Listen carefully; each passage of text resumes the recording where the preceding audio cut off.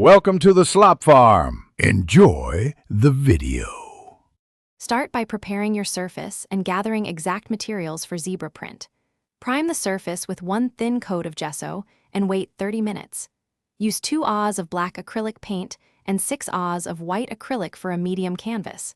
Select a 3-inch foam roller for the base and a round brush size 6 for mid-strokes.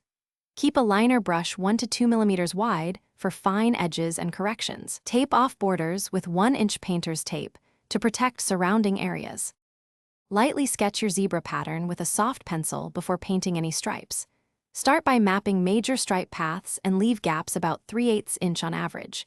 Vary stripe widths between 1/8 and 3/4 inch to create a natural look. Draw long flowing curves and short tapered ends so the pattern feels organic and not repetitive. Refer to a clear zebra photo while sketching to match natural rhythm and negative space. Double check symmetry at major focal points before you begin painting. Begin by rolling 2 thin white base coats and allow each coat to dry for 30 minutes. Paint black stripes following your pencil guides with a round brush size 6 and steady wrist motions. Soften interior edges by dragging a damp brush to feather the paint subtly where needed.